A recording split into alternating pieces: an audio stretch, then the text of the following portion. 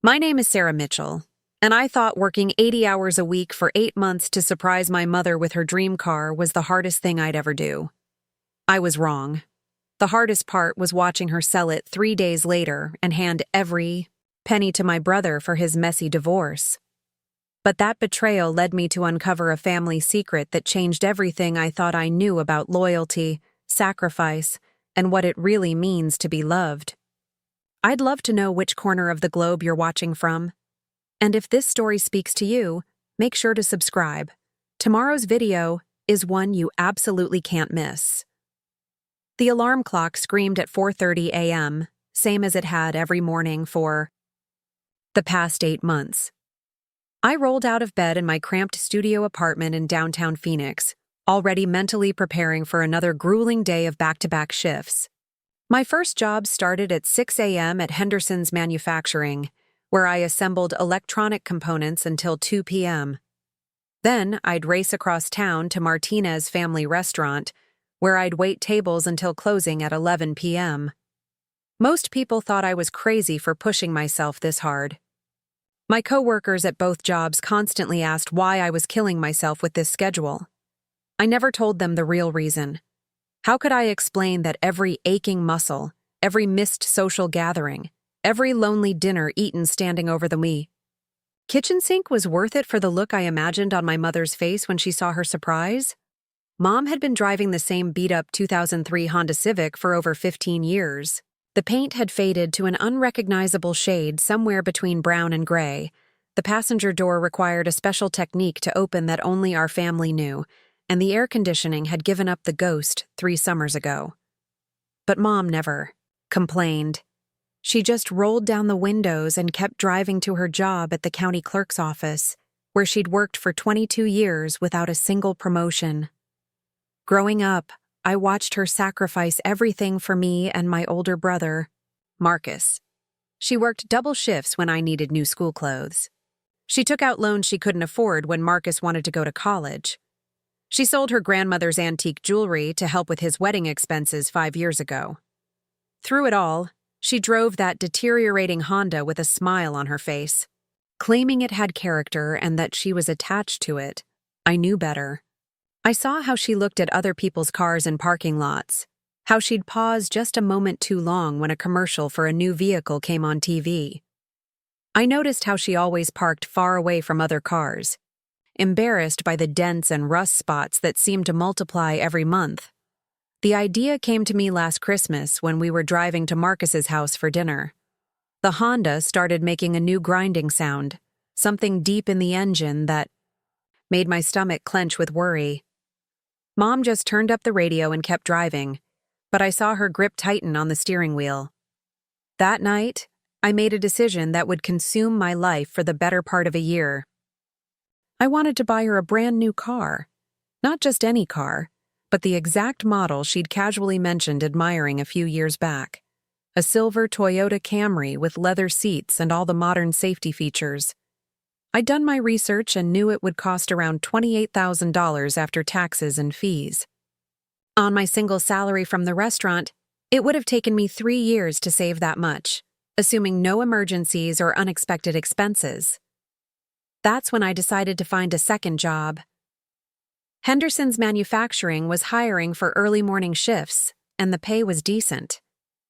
The work was monotonous but straightforward, installing tiny circuit boards into electronic devices that would eventually become part of medical equipment.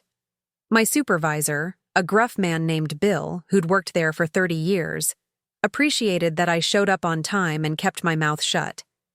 Within a month, he'd started giving me overtime opportunities that I never refused. The schedule was brutal. I'd finish at Henderson's at 2 p.m., drive home for a quick shower and a protein bar, then head to the restaurant by 3:30 to help with prep work before the dinner rush. My feet would be screaming by the time I got home after 11 p.m., but I'd already be calculating how much I'd earned that day and how much closer I was to my goal. I opened a separate savings account that I called Mom's Car Fund in my head. Every paycheck got split between my basic living expenses and that account. I stopped buying coffee out, started making my own lunches, and canceled every subscription service I didn't absolutely need. My social life disappeared completely, but I told myself it was temporary. Marcus knew I was working 2 jobs, but he assumed I was trying to pay off student loans or save for a house. He'd occasionally make jokes about my work schedule when we talked on the phone, calling me a workaholic and suggesting I needed to find some balance in my life. He had no idea what I was planning. The hardest part wasn't the physical exhaustion or the financial discipline. It was keeping the secret from Mom. She worried about me constantly, always asking if I was eating enough, if I was getting enough sleep, if I was happy. I hated lying to her, but every time I felt guilty about the deception, I'd picture her face when she saw the car and know it would all be worth it. By month 4, I'd saved $15,000. The end was finally in sight, but my body was starting to rebel against the constant stress. I'd developed a persistent cough from the chemical fumes at Henderson's, and my back ached constantly from long hours on my feet at the restaurant. I started drinking more coffee than was probably healthy, and I'd caught myself falling asleep during my break at work more than once. My manager at the restaurant, Rosa, started asking if everything was okay at home. She'd worked in the service industry long enough to recognize when someone was pushing themselves beyond their limits. I assured her I was fine, just saving money for something important. She didn't push, but I could see the concern in her eyes. Month 6 brought its own challenges. My car started having problems, ironically enough, and I had to dip into my savings for repairs. Watching that balance drop by $800 was physically painful, but I couldn't miss work and lose even more money in the long run. I picked up every extra shift I could to make up the difference. During month 7, Marcus called with news that would have thrilled me under normal circumstances. He'd gotten a promotion at his marketing firm and wanted to take the whole family out to celebrate at an expensive steakhouse downtown. I had to work that night and couldn't afford to lose the money, so I made up an excuse about having the flu. The disappointment in his voice made me question whether the sacrifice was worth it, but I pushed through. Finally, in early August, I reached my goal. The account balance hit $2,800, and I knew it was time to make the purchase. I'd already researched dealerships and had even gone to look at cars during my lunch breaks, pretending I was just browsing. I knew exactly which car I wanted and which salesperson I'd worked with before. The buying process was surreal. After months of scrimping and saving every penny, I was about to spend more money than I'd ever spent on anything in my life. The salesperson, Janet, remembered me from my previous visits and seemed genuinely surprised when I told her I was ready to buy with cash. We spent 3 hours handling paperwork, and I arranged for them to detail the car and deliver it to Mom's house the following Saturday morning. I told Mom I wanted to come over for breakfast that Saturday, something we hadn't done in months because of my work schedule. She was so excited about spending time together that she didn't question why I was suddenly available on a weekend morning. I could barely sleep Friday night, imagining her reaction.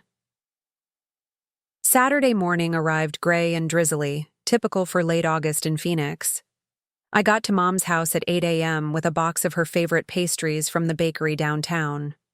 We sat in her small kitchen, drinking coffee and talking about everything except the surprise that was scheduled to arrive in 2 hours. At exactly 10 a.m., I heard the rumble of a car transporter pulling up outside. Mom looked confused when I suggested we check what was happening in the driveway. I followed her to the front door, my heart pounding so hard I thought she might hear it. The silver Toyota Camry looked even more beautiful than I'd remembered, gleaming despite the overcast sky. The delivery driver was already unhooking it from the transport truck when Mom stepped onto her front porch. Mom stood frozen on the porch, clutching her coffee mug with both hands.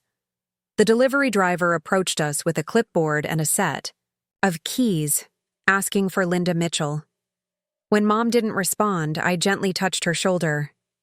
"This is for you, Mom." She looked at me with complete bewilderment. "Sarah, what are you talking about? Whose car is that?" The driver handed her the keys and the registration paperwork with her name printed clearly across the top. I watched her scan the documents, her eyes growing wider with each line she read. The coffee mug slipped from her hands and shattered on the concrete steps. "You bought this? For me?" Her voice was barely above a whisper. "I've been saving for 8 months.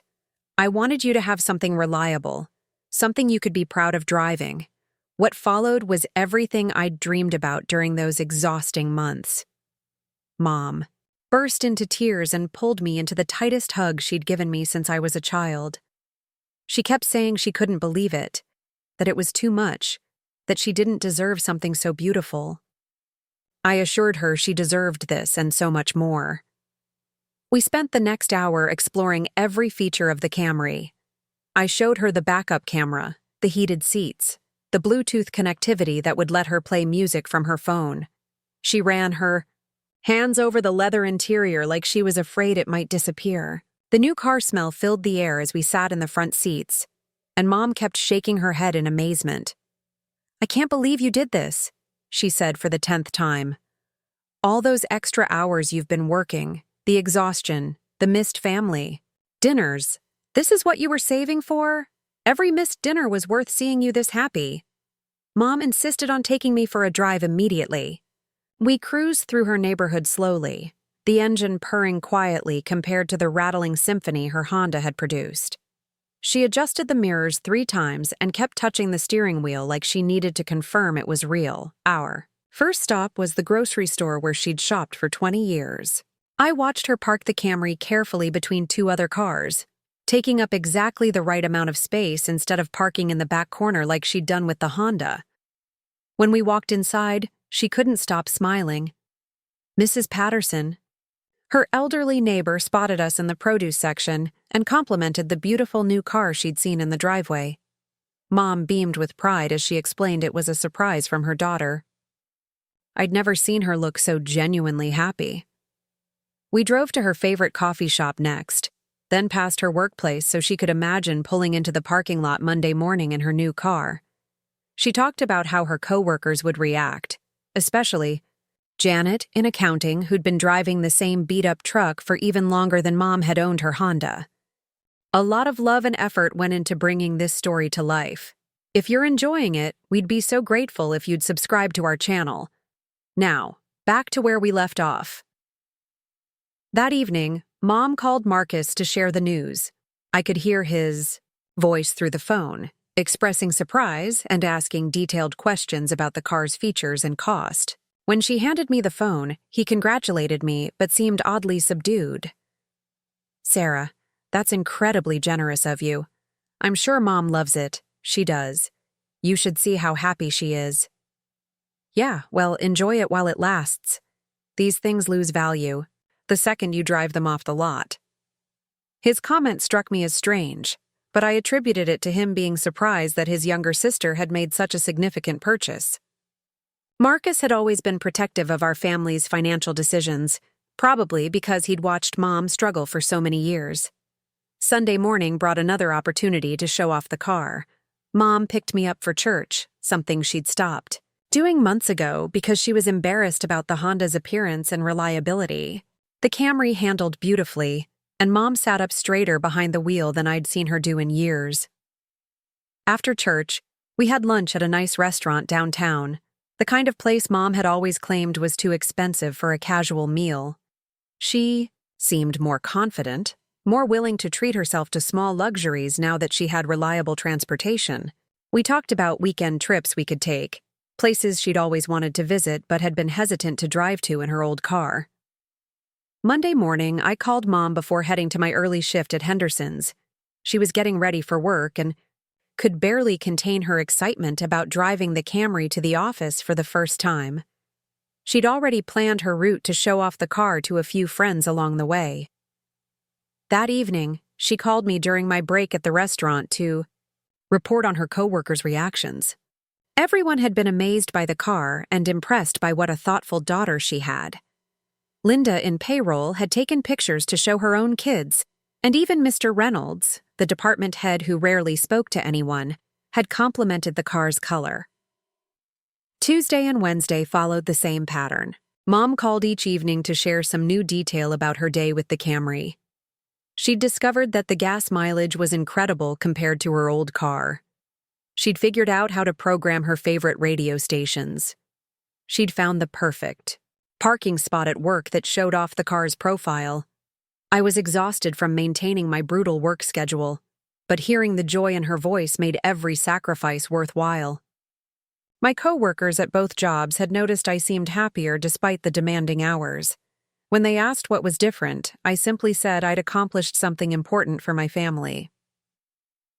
Thursday evening, Marcus called me directly instead of calling Mom first. His tone was serious, almost urgent. "Sarah, I need to talk to you about something important. Can you meet me for coffee tomorrow evening?"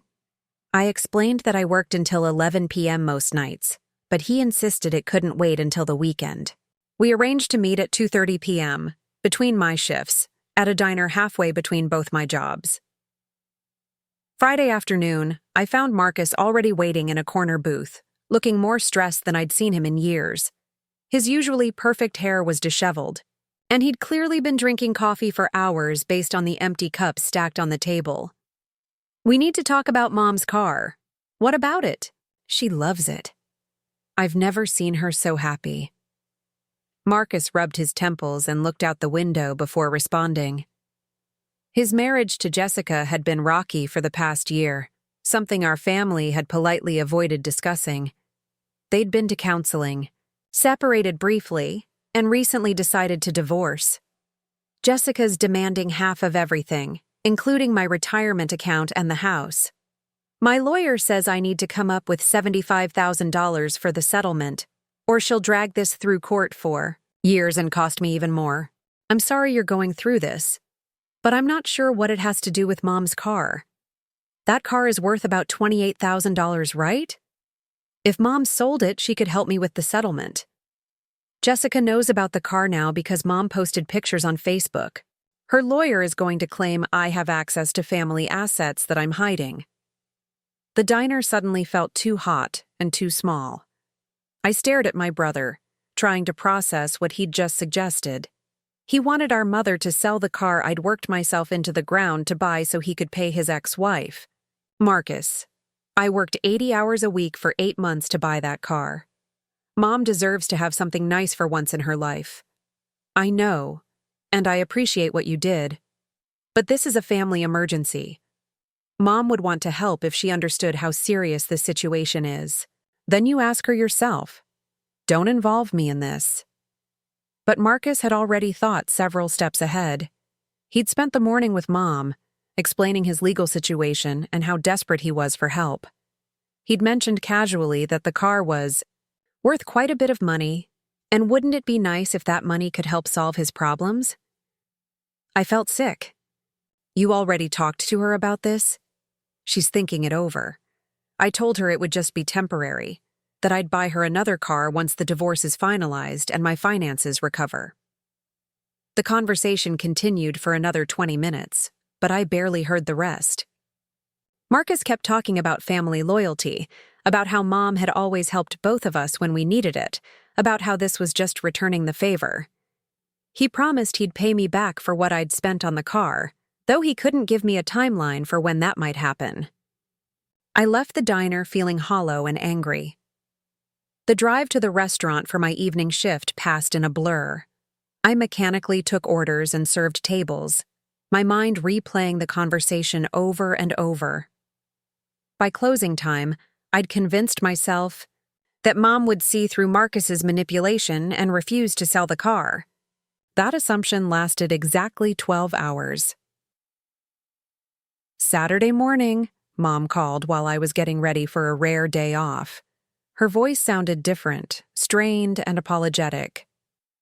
"Sarah, honey, I need to talk to you about something. Can you come over this morning?" I knew before I walked through her front door what she was going to tell me. The Camry was still in the driveway, but Mom was sitting at her kitchen table with a stack of papers spread in front of her. The car's title was on top, already signed over to a local dealership. "I'm so sorry, sweetie. I know how hard you worked for this, but Marcus is in real trouble. The divorce is going to bankrupt him if I don't help." The kitchen felt like it was spinning around me. I gripped the back of a chair to steady myself, staring at the signed title on the table. 3 days. She'd owned her dream car for exactly 3 days before deciding to give it away. "Mom, please tell me you haven't actually sold it yet." She couldn't meet my eyes. "The dealership is picking it up Monday morning.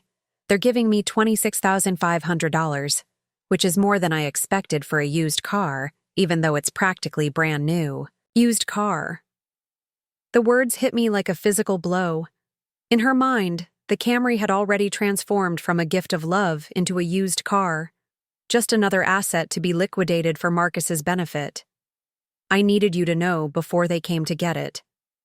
Marcus wanted to handle everything quietly, but I couldn't let you find out that way. The betrayal wasn't just that she was selling the car.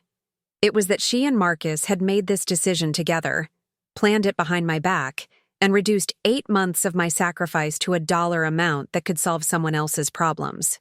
How? Much of the $20,600 is going to Marcus? Mom finally looked up, and I saw tears in her eyes. All of it. His lawyer needs $75,000 by the end of next week, and this is just part of what he needs to raise. He's also selling his motorcycle and taking a loan against his 401k. So you're giving him every penny? And then what? You go back to driving the Honda that breaks down every other month? She nodded miserably. Marcus promised he'd help me find something reliable once his situation improves. Maybe something a few years old that would still be an upgrade. I wanted to scream. I wanted to shake her and make her understand what she was throwing away. Instead, I found myself asking the question that had been burning in my mind since Marcus first approached me. Mom, in all these years, what has Marcus ever done for you that comes close to what you're doing for him now?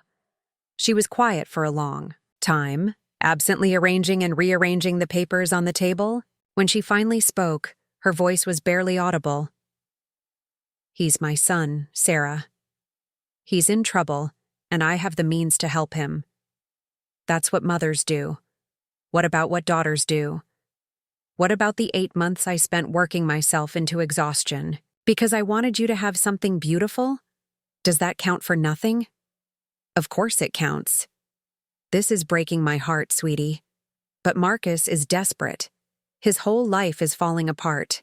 And if I can prevent that, don't I have an obligation to try? I realized then that I was fighting a battle I could never win. In Mom's mind, Marcus would always be the one who needed rescuing, and I would always be the one strong enough to handle disappointment.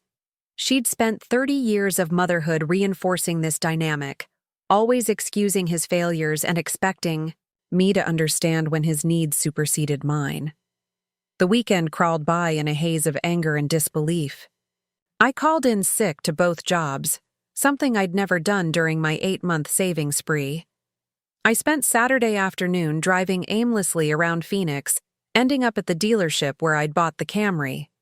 The salesperson, Janet, was working and recognized me immediately.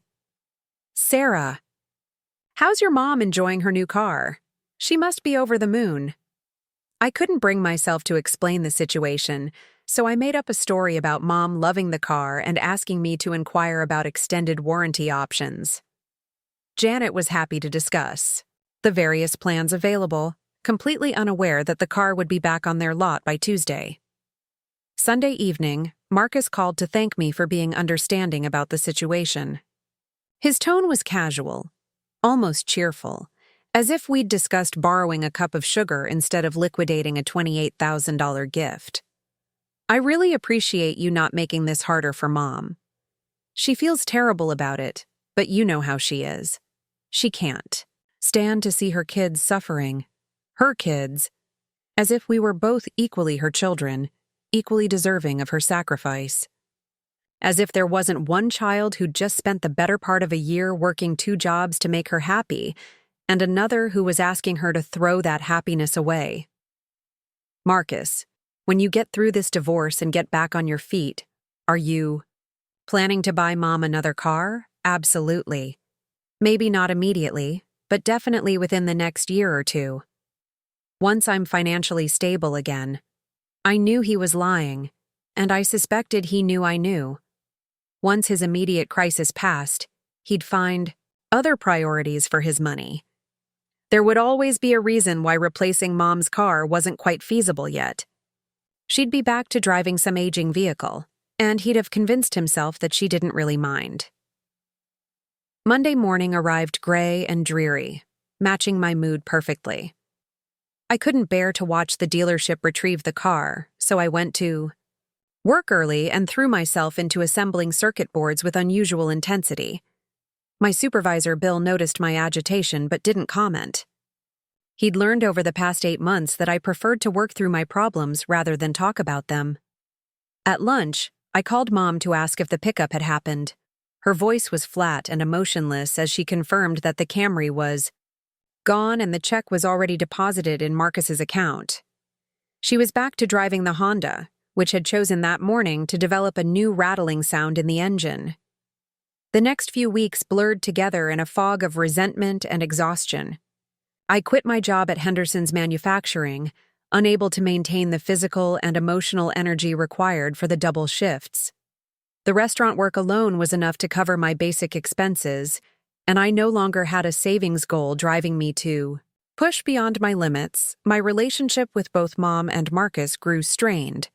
Mom called less frequently, and when we did talk, there was an awkwardness that had never existed before. She'd ask about my work and my health, but we both avoided mentioning cars or Marcus or anything related to the gift that had been taken away. Marcus, meanwhile, seemed to have forgotten the entire incident. His divorce proceedings were moving forward, and he'd occasionally call to update me on the latest developments as if nothing had changed between us. He never mentioned paying me back or helping Mom find replacement transportation. In October, about 6 weeks after the Camry disappeared, Mom's Honda finally died completely. She called me from the side of Interstate 17, where the car had broken down during her evening commute. The towing company wanted $150 to haul it to a repair shop, and the mechanic's preliminary assessment suggested the repair costs would exceed the car's value. I picked her up from the repair shop and drove her home in silence. She stared out the passenger window, probably calculating how she'd manage without a car and how long it would take her to save enough money for a replacement on her clerk's salary. That night, I called Marcus and left a voicemail explaining the situation. I reminded him of his promise to help Mom with transportation once his divorce was settled. I mentioned that she was now completely stranded and needed immediate assistance. He didn't call me back.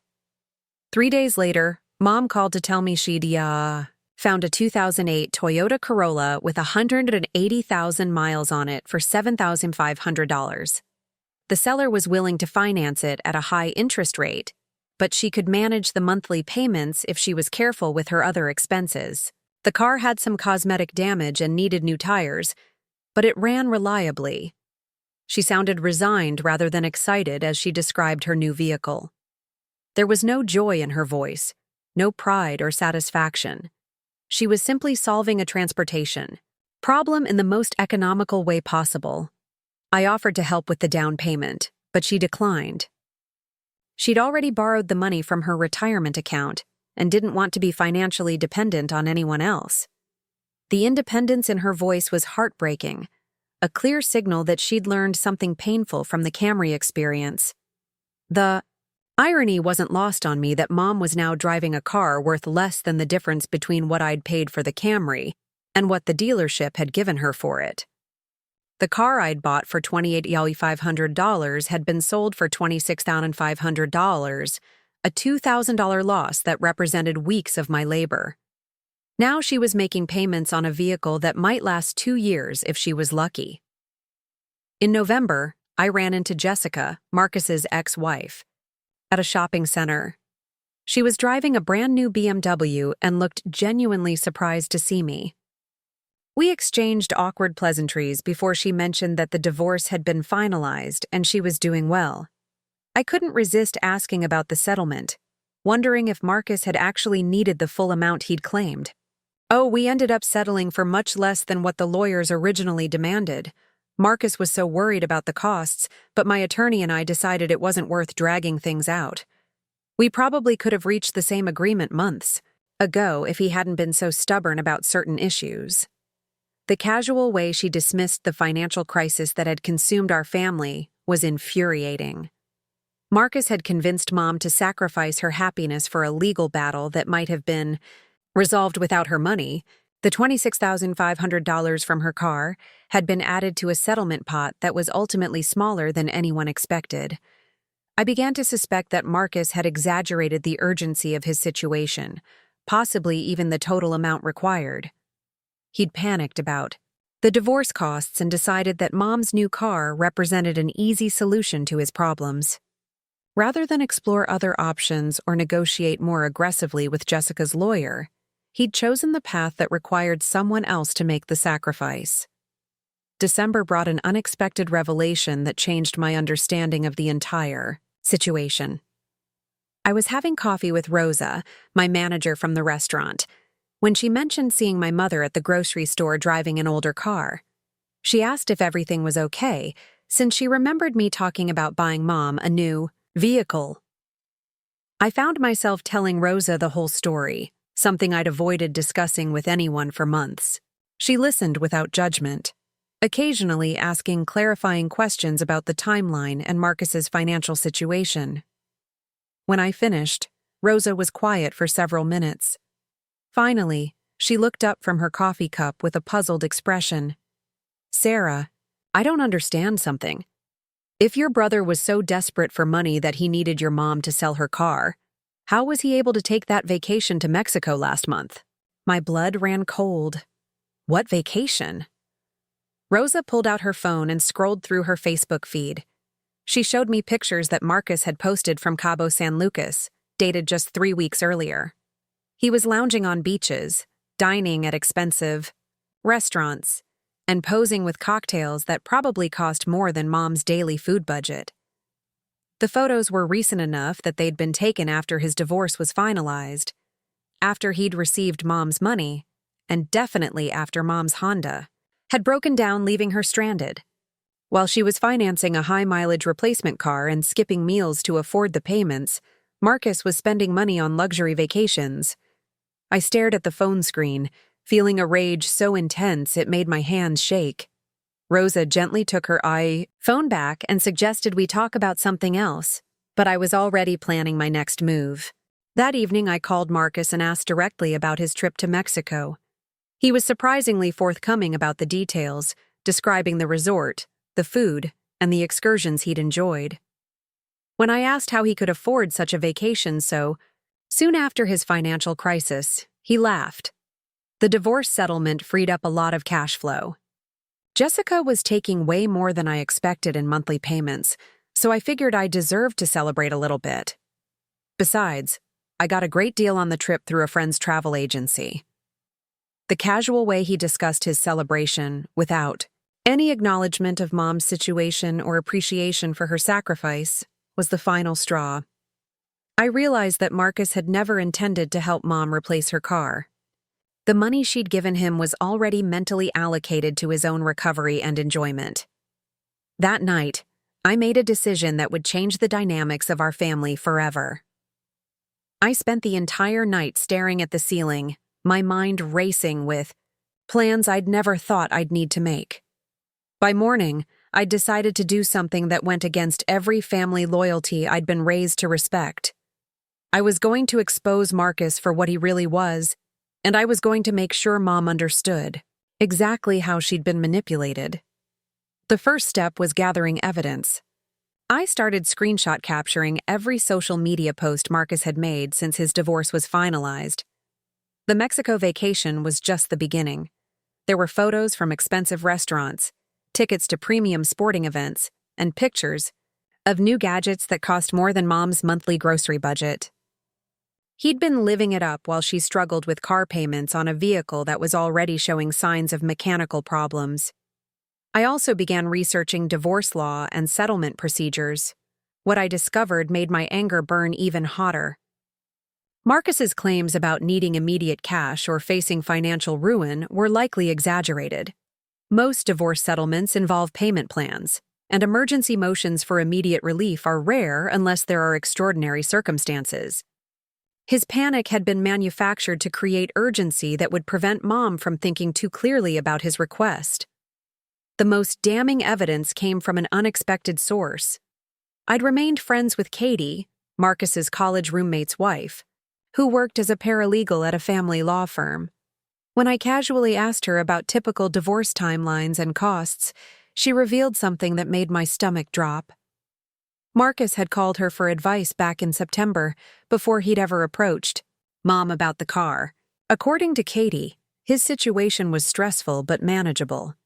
His lawyer had already negotiated a settlement that was well within his financial means, and the payment schedule was spread over 18 months to ease the burden. Katie had specifically advised him to avoid making any major financial decisions or purchases until the divorce was completely finalized. She'd warned him that liquidating family assets or borrowing large sums could complicate the proceedings and potentially increase Jessica's demands. The timeline was crystal clear. Marcus had known his divorce was under control before he'd ever approached Mom. The crisis he'd described to her had been fabricated to justify taking her car. He'd seen an opportunity to improve his cash flow at her expense, and had invented an emergency to manipulate her protective instincts. Armed with this information, I drove to Mom's apartment on a cold December evening. She was heating up a can of soup for dinner, the kind of meal she'd resorted to since her transportation costs had increased. The contrast between her frugal lifestyle and Marcus's recent extravagances was stark and infuriating. "Mom, we need to talk about Marcus and what really happened with your car." She set down her spoon and looked at me with tired eyes. "Sarah, please, don't. I can't handle any more conflict about this. What's done is done." I pulled out my phone and showed her the first photo from Marcus's Mexico trip. She stared at the screen for a long moment, confusion clouding her expression. "When was this taken?" "3 weeks ago. While you were trying to figure out how to afford groceries and car payments, Marcus was spending money on luxury vacations." I scrolled through more photos, explaining the timeline and the costs involved. I showed her evidence of his restaurant visits, his sporting event tickets, and his new purchases. With each image, I watched her face change from confusion to hurt, to something approaching anger. But he said he was barely surviving financially. He told me the divorce was going to bankrupt him. That's when I shared what Katie had told me about his actual legal situation. I explained how divorce settlements typically work and how his claims about needing immediate cash didn't match standard legal procedures. I showed her the timeline that proved he'd known he was financially stable before he'd ever approached her about the car. Mom listened in complete silence, occasionally asking me to repeat details or show her a photo again. When I finished, she sat quietly for several minutes, staring at her hands. "So he lied to me." "Yes. He saw your new car as an opportunity to improve his cash situation, and he invented a crisis to make you feel like you had no choice but to help." That too. Transformation in her expression was painful to witness. The confusion and hurt were being replaced by something I'd rarely seen on my mother's face. Genuine anger. Not the quick flare-up she'd show when Marcus missed a family dinner, but the deep, quiet rage that comes from realizing you've been completely betrayed. "He let me sell the car you worked so hard to buy. He watched me go back to driving that broken-down Honda. He knew I was struggling to make payments on the replacement car, and he said nothing. And when your Honda finally died and left you stranded, he didn't even return my phone calls." Mom was quiet again, processing the full scope of Marcus's betrayal. When she finally spoke, her voice was steady but cold. "I want to confront him about this. I want him to look me in the eye and explain why he thought this was acceptable." I'd been hoping she would reach this conclusion on her own. A confrontation between Mom and Marcus was exactly what needed to happen, but it had to be her decision rather than something I pushed her toward. We agreed to meet at Marcus's house the following Saturday afternoon. Mom wanted time to prepare, what she would say, and I wanted to make sure we had all our evidence organized and ready to present. This wasn't going to be an emotional outburst that he could dismiss or deflect. This was going to be a methodical exposure of his lies and manipulation. Saturday arrived cold and gray, reflecting the mood both Mom and I carried as we drove to Marcus's upscale neighborhood.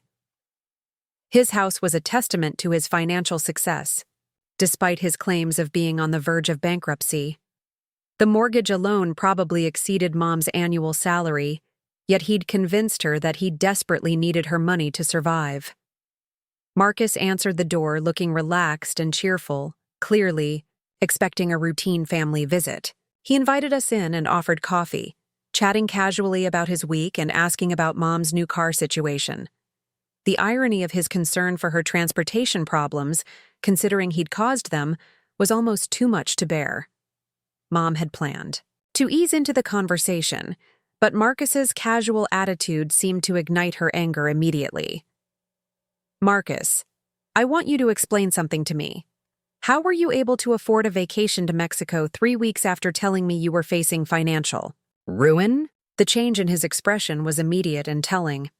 The relaxed smile disappeared, replaced by the trapped look of someone who'd been caught in a lie. He glanced between Mom and me, clearly calculating his response.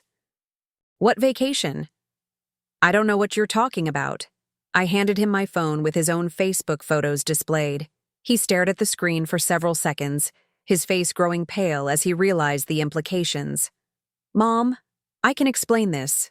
The trip was practically free. A friend invited me, and I only had to pay for airfare. A friend paid for your resort accommodation, your meals, and your excursions. That's thousands of dollars of hospitality from someone who isn't family." Marcus's explanations became increasingly desperate and contradictory. First, the trip had been free. Then, it had been a business expense. Then, it had been a delayed payment from a client that he'd felt obligated to use for travel rather than bills. Each lie was more transparent than the last, and Mom's expression grew colder with every word. The breaking point came when Mom asked him directly about the timeline of his divorce settlement. "When did your lawyer first tell you what the settlement amount would be?" Marcus hesitated too long before answering, and his response contradicted information I'd already shared with Mom about typical divorce procedures. "You're lying," she said quietly. "You've been lying about everything. You knew you didn't need my money when you asked for it. You saw my car and decided you wanted the cash more than I deserved to keep my gift." What followed was the most intense family confrontation I'd ever witnessed. Mom methodically went through every lie Marcus had told, every manipulation he'd used, and every consequence his actions had caused. She talked about the months she'd spent eating smaller meals to afford her car payments while he'd been dining at expensive restaurants. She described the humiliation of being stranded when her Honda broke down while he'd been posting vacation photos on social media. Marcus's response was revealing in its selfishness. Instead of apologizing or acknowledging the pain he'd caused, he defended his actions by claiming he'd needed the money more than she'd needed the car. He argued that she'd managed without reliable transportation before and could do it again. He suggested that my gift had been impractical anyway, since she could have used a less expensive vehicle. The most infuriating moment came when he tried to turn the situation around on me.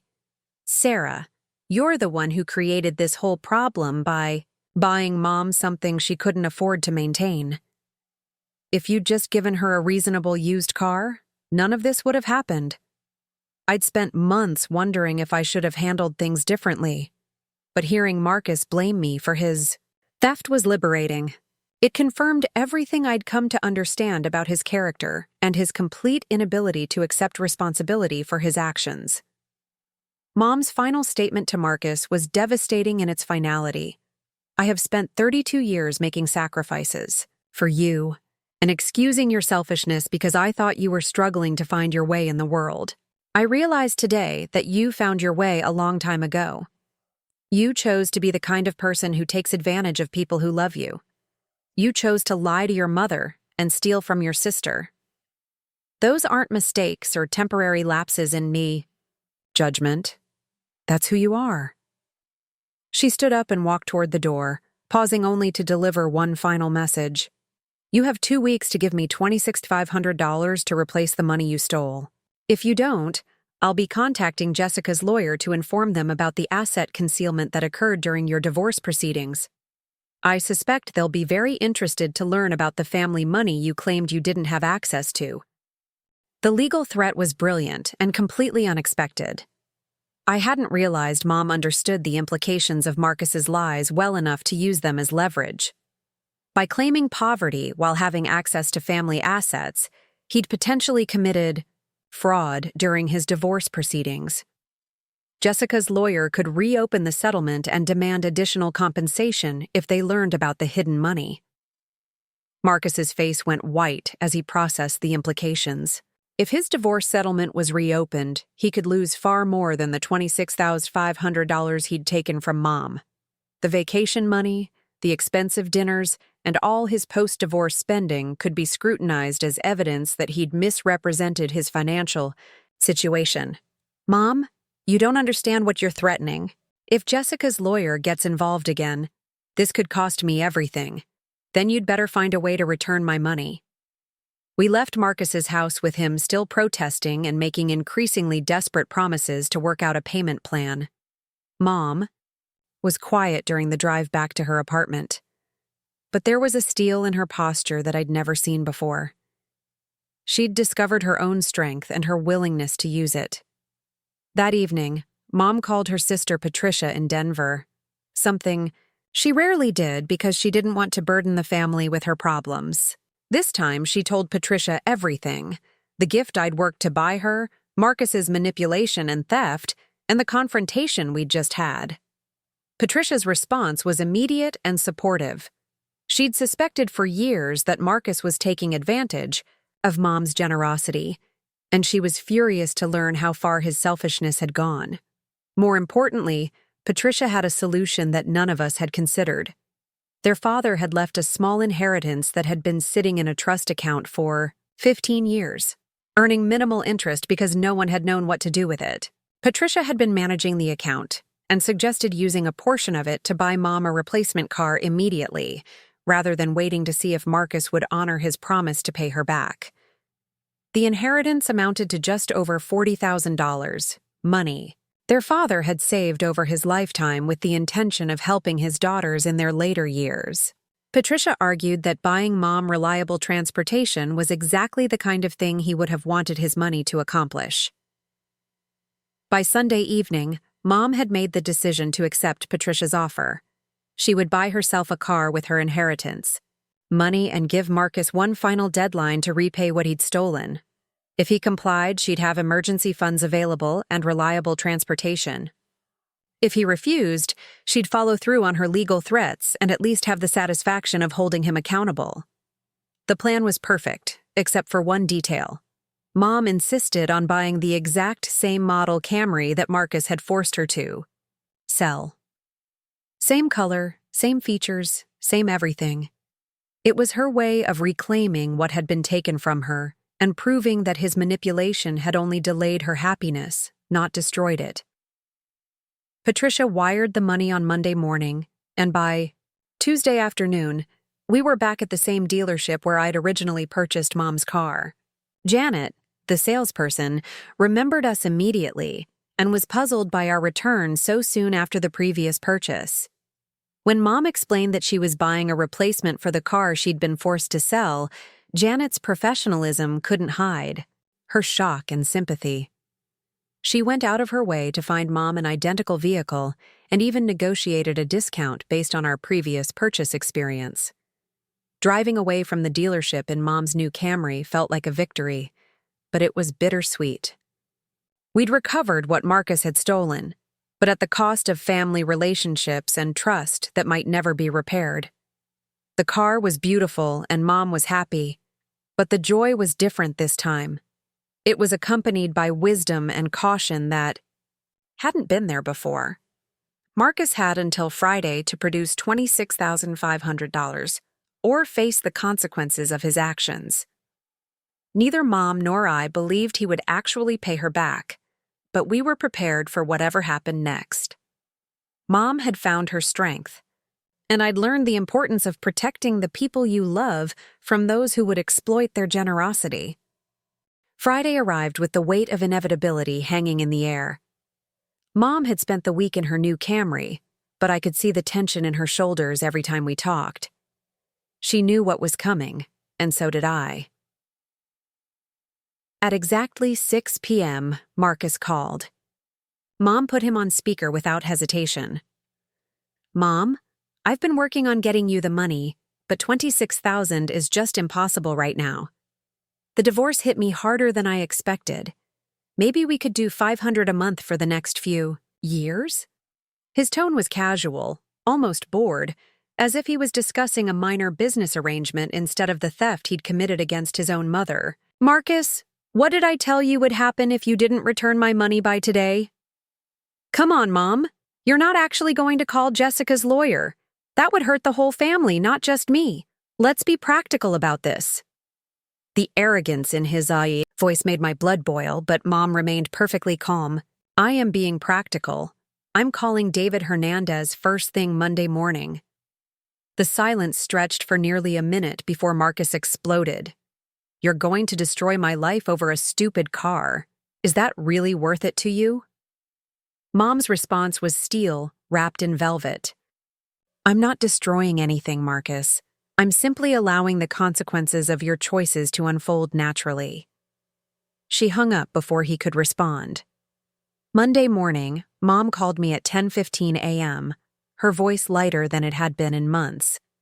"I just finished talking to Jessica's attorney.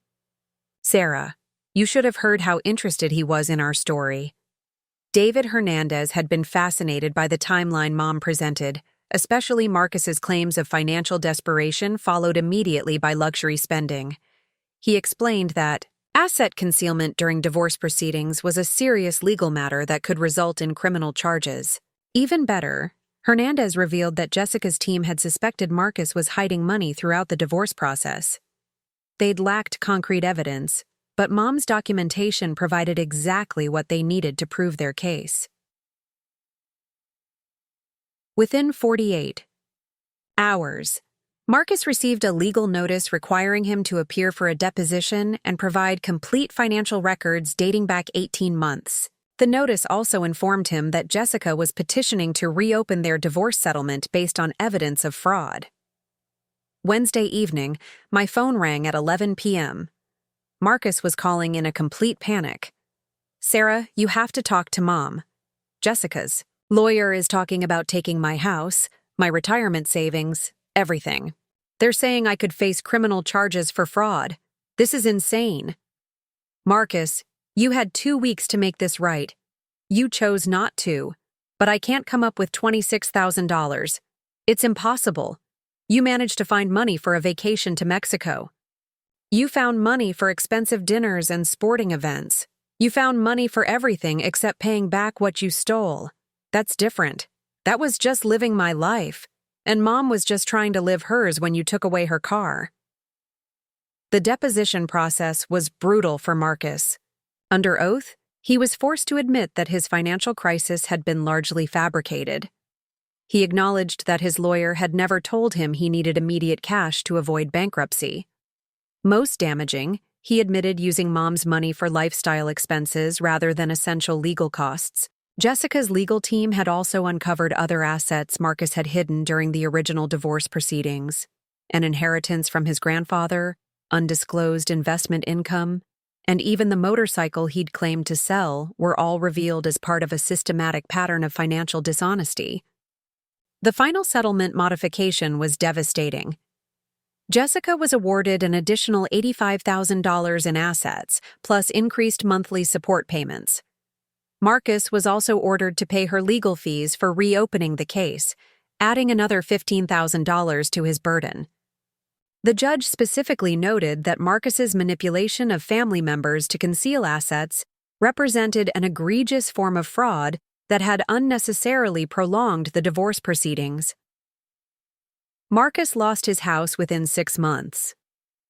The comfortable lifestyle he'd fought to protect through his lies disappeared completely. He moved to a cramped apartment and took a second job just to meet his new financial obligations. For the first time in his adult life, Marcus was experiencing real consequences that he couldn't charm or manipulate his way out of. Meanwhile, Mom was transforming in ways I'd never imagined possible. The woman who'd spent decades making excuses for Marcus's behavior became someone who set firm boundaries and enforced them without apology. When Marcus called demanding that she stop the legal proceedings, she hung up. When he sent angry text messages, she blocked his number. When he showed up at her apartment unannounced, she refused to let him in. The change extended beyond her relationship with Marcus. Mom negotiated her first raise in 5 years at work. She started declining social invitations that didn't interest her instead of attending out of obligation. She even began dating, something she'd claimed was impossible at her age. Most remarkably, she began treating me as an equal adult whose opinions had value. Our weekly dinners evolved from polite check-ins to genuine conversations about life, dreams, and challenges. She asked for my advice on financial decisions and career choices, acknowledging my perspective in ways she never had before. 6 months after the legal resolution, Mom made an announcement that shocked our entire extended family. She was using part of her inheritance money to take a 2-week solo vacation to Ireland, something she'd dreamed about for years, but dismissed as impractical. The photos she sent from Dublin and County Cork showed a woman I'd never seen before. She was confident, adventurous, and genuinely radiant. She toured ancient castles, attended traditional music sessions in local pubs, and even took a photography class to document her experiences. The transformation was so complete that when she returned, she made another life-altering decision.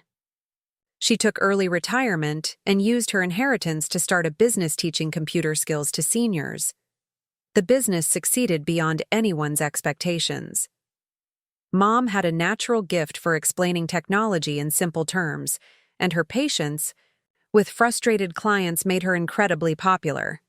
Within a year, she had a waiting list and needed to hire additional instructors. Marcus, meanwhile, continued to spiral downward. The financial stress was crushing, but the social isolation was arguably worse. Word of what he'd done spread through our family and friend networks, and his reputation never recovered. People who'd previously enjoyed his company began to see his charm as manipulation in disguise. He made several pathetic attempts to reconcile with Mom, always coinciding with new financial pressures he was facing. Each attempt followed the same pattern: hollow apologies, followed by requests for help, or suggestions that enough time had passed for the family to move on. Mom's responses were consistent and final. She wasn't interested in rebuilding a relationship based on his need for assistance. If he wanted a genuine relationship, it would require honesty, accountability, and respect, qualities he'd never demonstrated. The final interaction came exactly 1 year after the original incident. Marcus had been evicted from his apartment and called asking if he could stay with Mom temporarily. Her response was brief and devastating. "Marcus, you chose money over family relationships. You're still living with the consequences of that choice, and I'm not going to rescue you from them. You need to solve your own problems." She hung up and immediately blocked his number permanently. 2 years later, Marcus contacted me, asking if I would help him reconcile with Mom. He claimed he'd learned from his mistakes and wanted another chance. I told him exactly what he needed to do: acknowledge the full scope of harm he'd caused, take complete responsibility without excuses, and demonstrate genuine change through consistent actions over time. Most importantly, he needed to do this because it was right, not because he wanted something from her. His response revealed he hadn't changed at all. He complained that Mom's expectations were unrealistic and that she was being vindictive. He suggested I was enjoying his suffering and preventing reconciliation he deserved. The conversation confirmed what I'd suspected: Marcus was still the same manipulative person who'd stolen Mom's car. The financial consequences had changed his circumstances, but not his character. Today, 3 years later, Mom and I have a relationship built on mutual respect rather than obligation. She continues running her successful business, traveling to places she's always wanted to see, and making decisions based on what brings her joy. The silver Camry sits proudly in her driveway, no longer just a car but a symbol of her worth and her refusal to let anyone diminish it. She drives it with confidence, treating it as the valuable gift it was always meant to be. Marcus remains absent from our lives, occasionally appearing at family gatherings but never welcomed back into the circle of trust he'd destroyed. Some relatives suggest enough time has passed for forgiveness, but Mom and I understand that time alone doesn't heal wounds caused by deliberate betrayal. The most important lesson from this experience wasn't about money or family loyalty. It was about the difference between love and enabling. Real love sometimes requires saying no. Real love sometimes means allowing people to face consequences so they can learn to make better choices. Mom discovered that her worth wasn't measured by how much she sacrificed for others. She learned that setting boundaries didn't make her selfish, it made her strong. She realized that people who truly loved her would respect her decisions, even when those decisions were difficult. I learned that gifts given from the heart retain their value regardless of what happens to them afterward. The 8 months I'd spent working 2 jobs weren't wasted when Marcus forced Mom to sell the car. That time was an investment in showing someone how much they meant to me, and it paid dividends in ways I never expected. The car was just metal and machinery.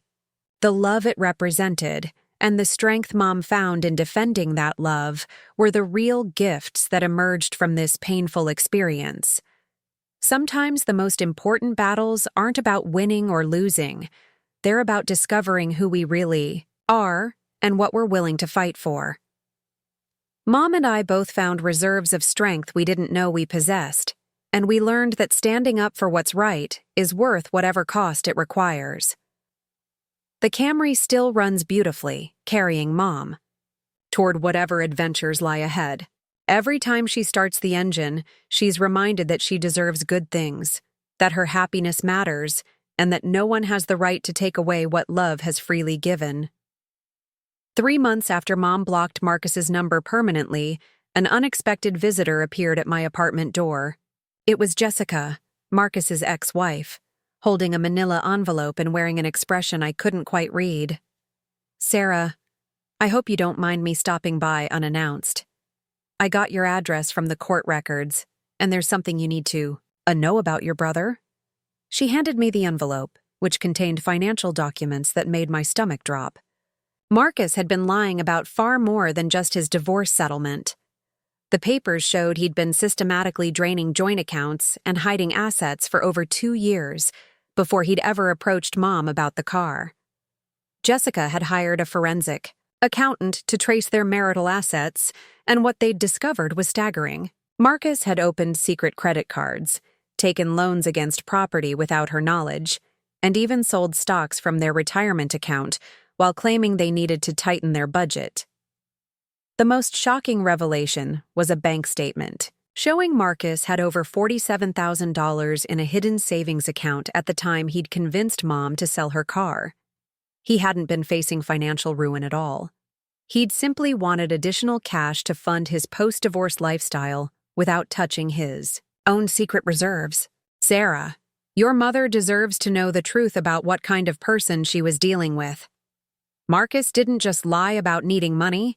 He's been conducting a years-long campaign of financial fraud that destroyed our marriage and nearly bankrupted me." Jessica explained that she'd only discovered the hidden assets after our family's legal action had forced Marcus to provide complete financial disclosure.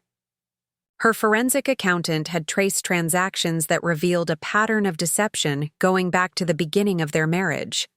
Marcus had been living a double financial life, presenting himself as struggling while secretly accumulating wealth through manipulation and outright theft. The money he'd taken from Mom was just the most recent example of behavior that had been going on for years. I called Mom immediately and asked her to come over. When she arrived and saw Jessica sitting in my living room, her face went pale. She'd been dreading this moment, assuming Jessica would be angry about the legal consequences that had resulted from our actions. Instead, Jessica thanked Mom for exposing Marcus's fraud and explained how our intervention had actually saved her from years of additional financial abuse. The forensic investigation had revealed assets that Jessica never would have known about otherwise, significantly improving her final settlement. Mrs. Mitchell, your son stole from you, but he also stole from me for years. The courage you showed in holding him accountable helped me recover money I thought was gone forever. You have nothing to apologize for. Mom listened in stunned silence as Jessica detailed the scope of Marcus's deception. The hidden accounts, the secret loans, the investments he'd liquidated while claiming they couldn't afford basic necessities. By the time Jessica finished, Mom was visibly shaking. I knew he was selfish and irresponsible, but this is criminal behavior spanning years. How did I raise someone capable of this level of betrayal? Jessica's response was gentle but firm. You didn't create this, Mrs. Mitchell. People like Marcus make calculated choices about how to treat others. This isn't about your parenting or your family. This is about his decision to view other people as resources to exploit rather than individuals to respect. After Jessica left, Mom sat in my living room staring at the financial documents for nearly an hour without speaking. When she finally looked up, there was something different in her eyes. The last traces of guilt or regret about her treatment of Marcus had vanished completely. I keep thinking about all the times I made excuses for him.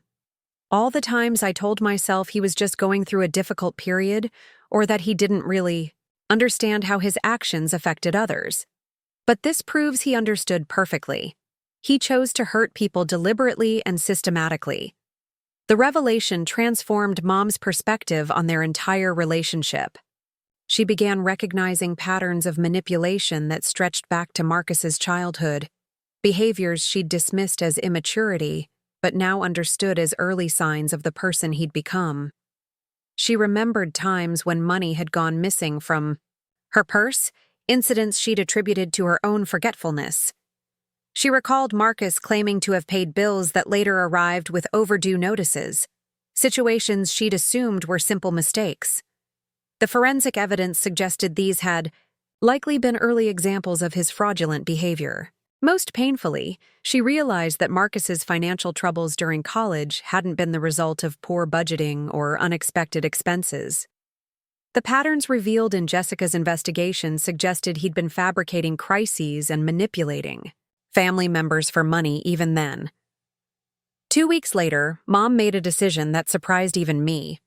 She contacted the district attorney's office and provided them with all the evidence Jessica had shared, along with documentation of Marcus's theft from our family. I asked her why she was taking such a drastic step, especially when Marcus was already facing severe financial consequences from the civil proceedings. Sarah, Jessica showed me that this isn't just about our family, or even just about his marriage. Marcus has been committing fraud for years, and there are probably other victims we don't even know about. If I stay silent, I'm enabling him to hurt more people. The criminal investigation moved quickly once prosecutors had Mom's evidence. They discovered additional victims, including an elderly neighbor Marcus had convinced to loan him money for fake medical expenses, and a former business partner he'd defrauded of nearly $15,000. Marcus was arrested on charges of fraud, theft, and elder abuse. The elder abuse charges were particularly serious because they involved his manipulation of Mom, who was over 65 when he'd convinced her to sell the car. During the trial, I testified about the 8 months I'd spent saving for the car and the lies Marcus had told to convince Mom to sell it. Mom testified about his claims of financial desperation and the evidence that proved those claims were false. Jessica and her forensic accountant testified about the hidden assets and systematic deception. Marcus's defense attorney tried to portray the family conflicts as civil matters rather than criminal fraud, but the prosecution's evidence was overwhelming. The pattern of deception across multiple victims over several years demonstrated clear criminal intent rather than simple family disputes. The judge sentenced Marcus to 18 months in prison, followed by 3 years of supervised probation. He was also ordered to pay restitution to all identified victims, including the $26,500 he'd taken from Mom, and additional amounts for emotional distress and legal fees. Most importantly, the conviction created a public record that would prevent Marcus from easily victimizing others in the future. Background checks would reveal his fraud convictions, making it much harder for him to gain the trust necessary to manipulate new victims. Mom attended every day of the trial, sitting in the front row with a calm dignity that impressed everyone. In the courtroom, when reporters asked her how she felt about her son's conviction, her response was measured and thoughtful. "I feel sad that it came to this, but I also feel proud that I found the strength to hold him accountable." No parent wants to see their child go to prison, but every parent should want their child to face consequences for hurting innocent people. The months following Marcus's conviction brought unexpected peace to our family. Mom threw herself into expanding her computer training business, and I finally felt comfortable taking on new challenges at work without worrying about family crises erupting at any moment. We began planning trips together, something we'd never done when Marcus's drama had dominated every family conversation.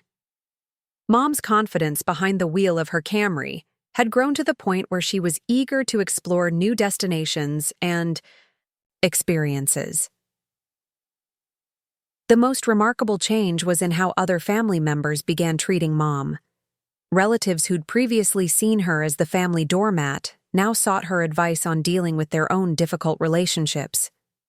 Her transformation from victim to advocate had earned a respect that decades of self-sacrifice never had. On the first anniversary of buying Mom's replacement Camry, we drove to the Irish countryside she'd fallen in love with during her solo vacation.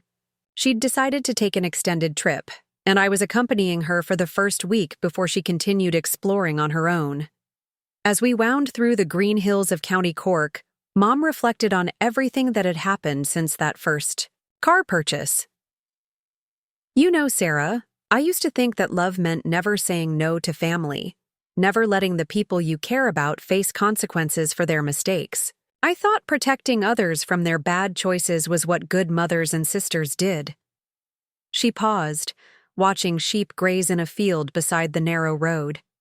"But I learned that real love sometimes requires you to step back and let people experience the results of their decisions." Marcus never learned to be a decent person because I spent 30 years shielding him from the natural consequences of being selfish and dishonest.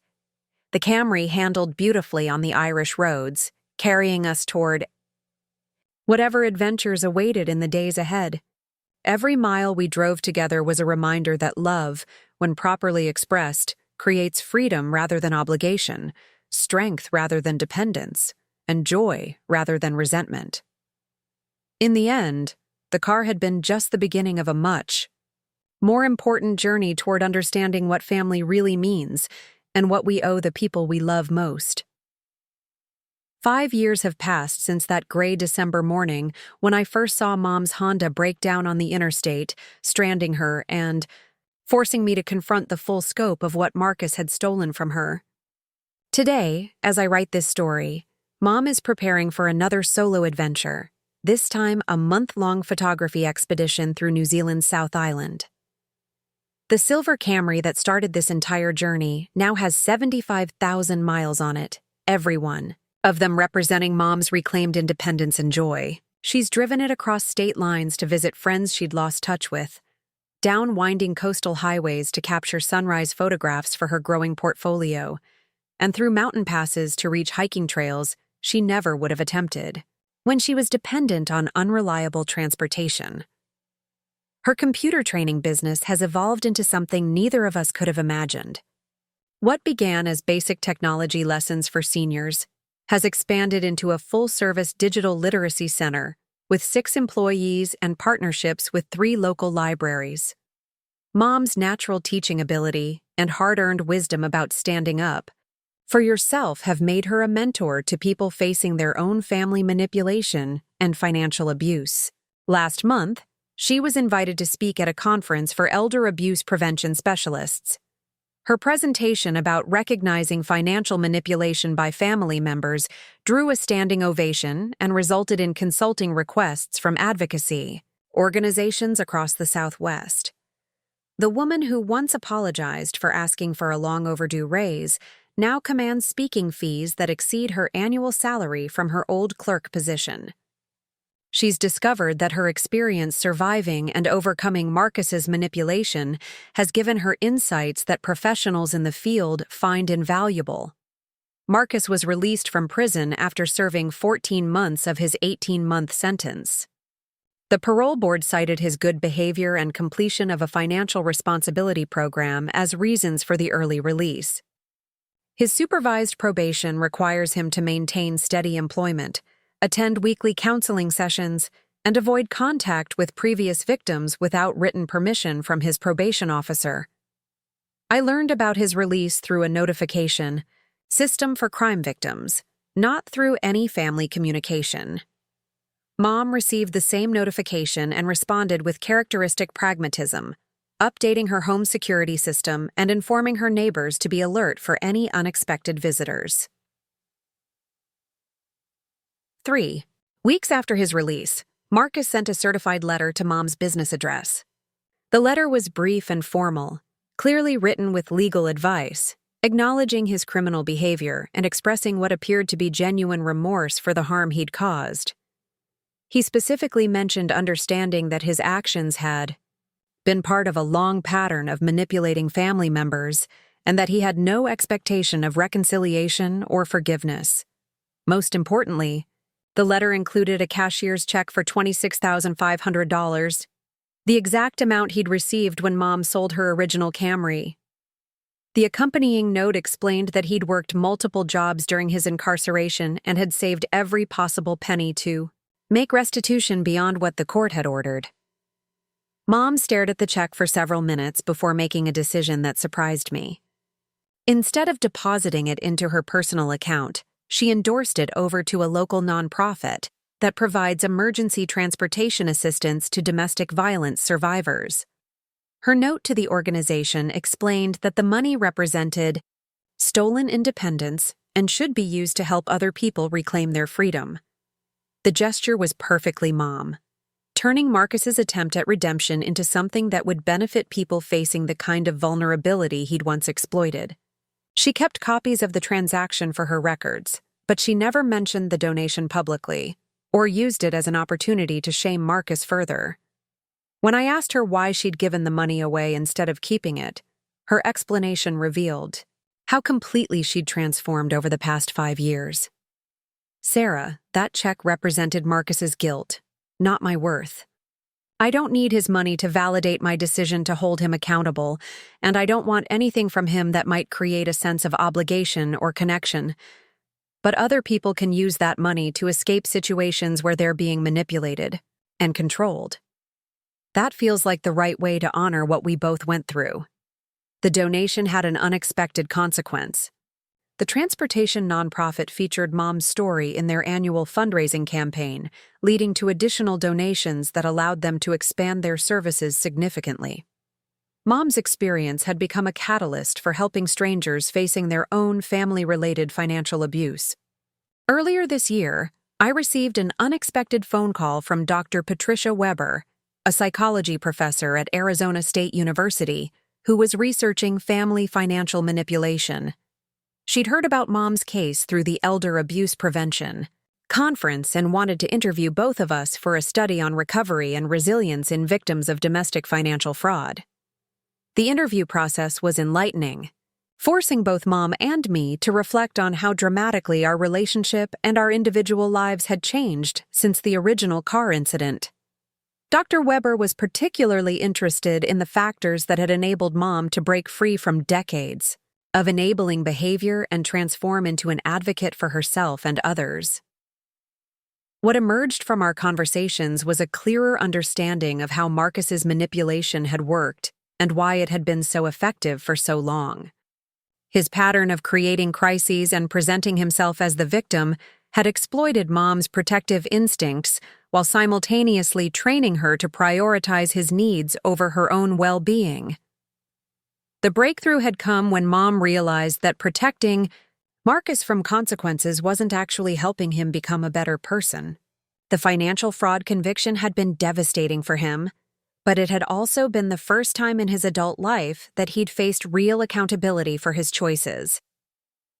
Dr. Weber's research findings, published 6 months later, identified several key factors in successful recovery from family financial abuse. Victims who successfully broke free from manipulation typically had strong support systems, access to external validation of their experiences, and most importantly, a moment of clarity where they recognized that their sacrifices weren't actually helping the person they were trying to protect. Our story became a case study in her paper, illustrating how financial manipulation often escalates gradually over years, and how intervention by other family members can be crucial in helping victims recognize patterns they've become too close to see clearly.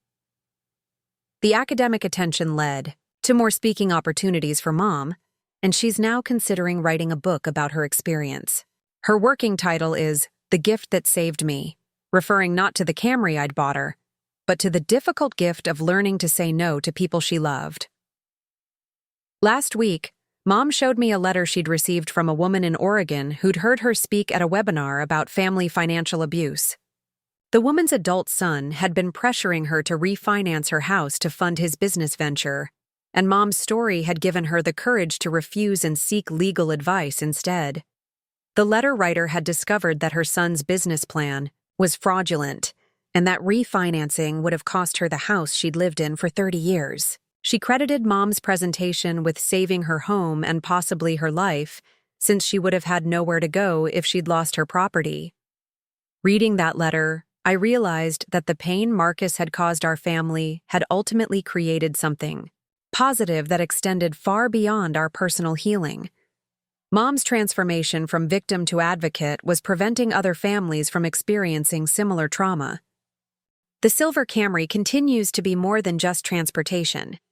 It's become a symbol of Mom's worth, her independence, and her refusal to accept less than she deserves from the people in her life.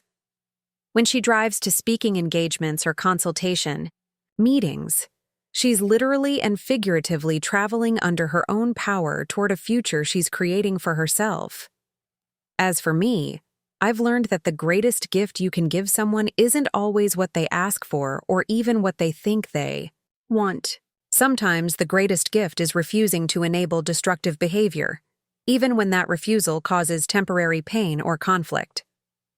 The 8 months I spent working double shifts to buy Mom's original car taught me about sacrifice and dedication. But watching her learn to defend that gift and ultimately transform her entire life taught me something more valuable: that love isn't measured by what you're willing to give up for someone, but by what you're willing to help them become. Today, Mom is packing for New Zealand, carefully loading her camera equipment into the Camry's trunk for the drive to the airport. She's planning to photograph landscapes and wildlife, but I suspect the most important images from this trip will be the ones that capture her own joy and freedom.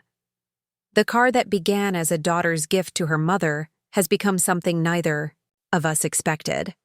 A vehicle for discovering that the strongest families aren't built on sacrifice and obligation, but on respect, honesty, and the courage to hold each other accountable for becoming the best versions of ourselves. Sometimes the most important journeys don't have destinations, they have discoveries. And sometimes the greatest gift you can give someone is the opportunity to find their own strength. Looking for more? We've got 2 amazing stories ready for you right on screen. If this one touched you, these are absolutely worth your time.